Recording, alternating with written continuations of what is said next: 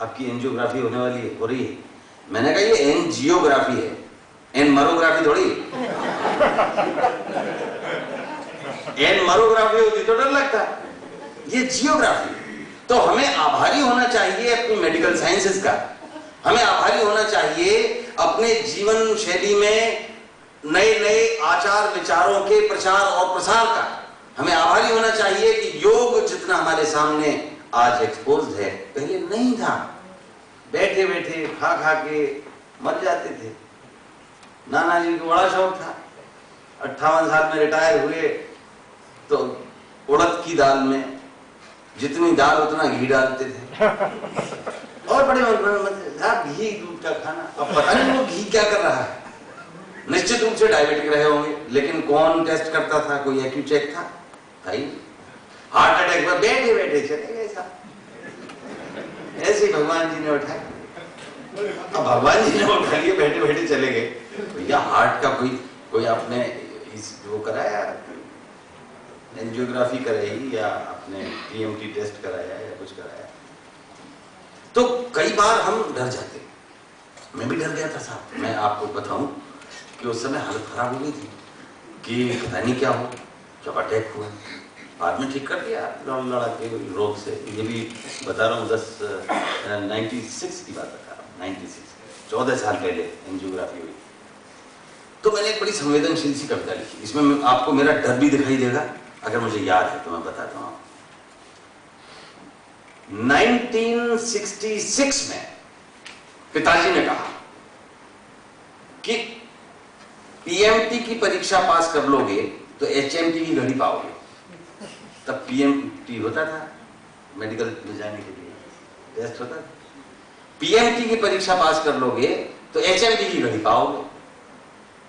हमने परीक्षाओं को समझ लिया खेल, हो गए फेल।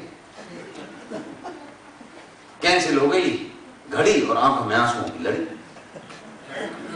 अब 30 साल बाद जब पीएमटी की परीक्षा पास कर ली है,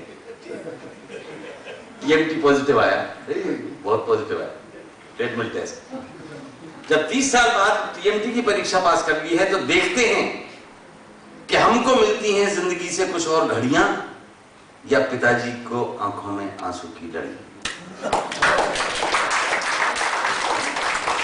तो जिंदगी की घड़ियां मिली। जिंदगी की घड़ियां तब से मैंने सोचा कि स्वास्थ्य चक्कर क्या है। आप अस्वस्थ हैं, पहले तो जानते ही नहीं थे कि कैसे अस्वस्थ हैं। किसी को पता ही नहीं कि ब्लड प्रेशर हाई है या आपका डायबिटिक है या किस प्रकार के मरीज रोगी हैं। कम से कम आज ये तो है कि आप चेकअप कराते हैं, आप बताते हैं साहब आप अस्वस्थ हैं। कहां से अस्वस्थ हैं? साहब मैं जरा हार्ट से अस्वस्थ हूं, मैं जरा डायबिटिक हूं। आप जानते हैं। लेकिन अगर कोई आपसे कहे कि जी क्या हाल है, मैं स्वस्थ हूं, किधर से स्वस्थ? आप नहीं बता सकते। अस्वस्थ हैं तो बता सकते हैं, स्वस्थ कहां से हैं ये नहीं बता सकते। तो स्वास्थ्य एक टोटलिटी है, एक संपूर्णता है और एक ऐसी ऑर्गेनिक यूनिटी है, एक अवयविक एकता है जिसमें आप एक चीज को दूसरी से अलग नहीं कर सकते। वो इतनी कोरिलेटेड है, वो इतनी समाई हुई है। तो आपकी उपेक्षा, जो शब्द में कह रहा था, आपसे जो बर्दाश्त नहीं होती है, वो क्यों बर्दाश्त नहीं होती है? क्योंकि आप रखते हो अपेक्षा, आप रखते हो उम्मीद। जहां उम्मीद रखी वहीं आपके दरवाजे पे निराशा का घोड़ा लीद कर जाता है। उम्मीद ही न रखो, फिर क्या करो? किससे उम्मीद रखो? अपने आप से। काका जी जो चले गए वो कहा करते थे काम कर कुछ, और उनका एक कथन था जो बार बार दोहराते थे, कुछ ना कुछ किया कर, फाड़ के सिया कर। अभी सवाल ये कि क्या करें? फाड़ ले रसी ले, फिर फाड़ ले रसी, फाड़ ले रसी, डू समथिंग।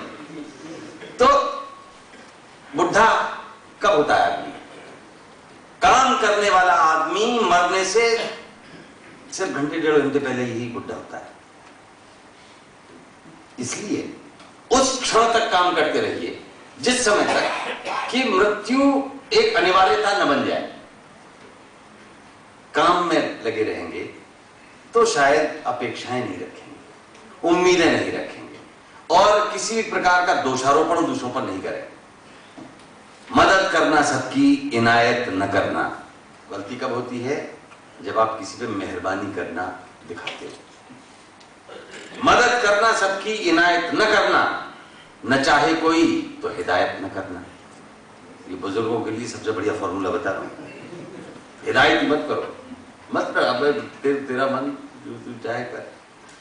मदद करना सबकी, इनायत न करना, न चाहे कोई तो हिदायत न करना, और शिकायत अगर कोई रखता हो तुमसे, पलट के तुम उससे शिकायत न करना। ये फॉर्मूला अगर बांध लेंगे, शिकायती होना, तुम तो मिलते ही नहीं, वो ठीक करेंगे, आते ही नहीं, अब हम बूढ़े हो गए ना, ठीक है। अरे खांसो मत उसके आगे, रोक लो खांसी, खांस के उसको इमोशनली ब्लैकमेल मत करो। मैं बात करता हूँ कई बार, मैंने कैसी है, बहुत तबीयत खराब है, मैंने कहा सिनेमा देखने चले, कब चले हो? जरा देर में तो वाणी बदल जाती है ना, मन की बात हो जाए, अन्यथा इतना पता नहीं कहाँ कहाँ दर्द है, कहाँ कहाँ तकलीफ हो रही है, कहाँ कहाँ दुख रहा है। पिछले दिनों आदरणीय नारायण, मैं अस्पताल गया, एक मित्र को देखने जाया करता था। तो एक बुजुर्ग बार होंगे 70-75 साल के, वो एक जनरल वार्ड में एक बेड पे पड़े हुए थे, कराहते रहते थे, आय आय आय। उनका बेटा आता था, थोड़ी देर के लिए खाना वाना लेके आता था, फिर चला जाता था, तो अकेले वो कराहते रहते थे। हाय हाय, इधर से कोई नर्स गुजरी तो कराह पता नहीं कहाँ चलेगी।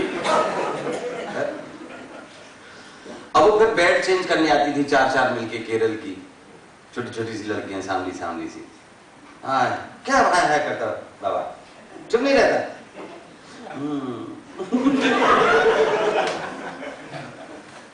तो वो 4-4 नर्स हैं, बाबा के ऊपर फुहारों सी बरसे,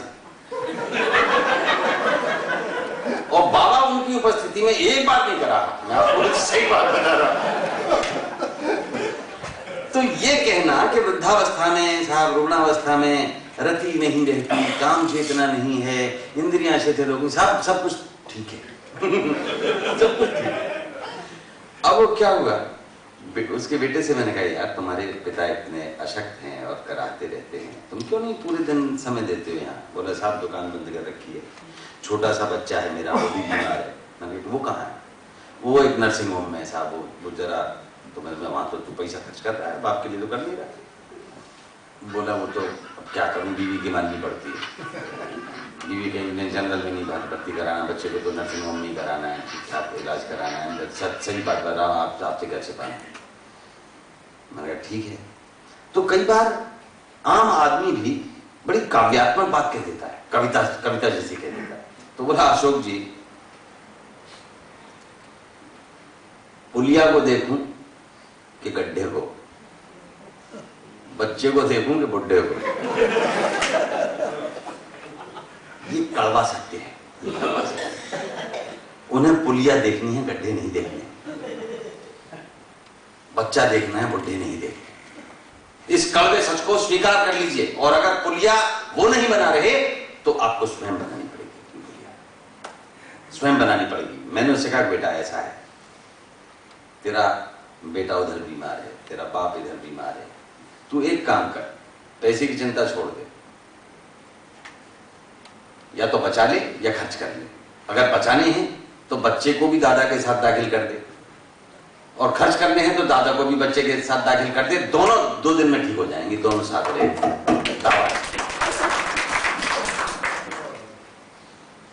दिक्कत कहां होती है कि हम अपनी नई पीढ़ियों से, बच्चों से विलग कर दिए गए, अलगा दिए गए, स्थितियों द्वारा, संतानों के अहंकारों द्वारा, उनकी जीवन में दौड़ के द्वारा, होड़ के द्वारा, और उनकी इस मध्य भ्रम के कारण कि वो तो कभी बूढ़े होंगे ही नहीं, इस कारण। तो अगर दादा और पोते के बीच में संवाद होता रहे तो बीमारियां वैसे भी चली जाएंगी, नहीं रहेंगी। घर क्या होता है? जिस घर में हम रहना चाहते हैं,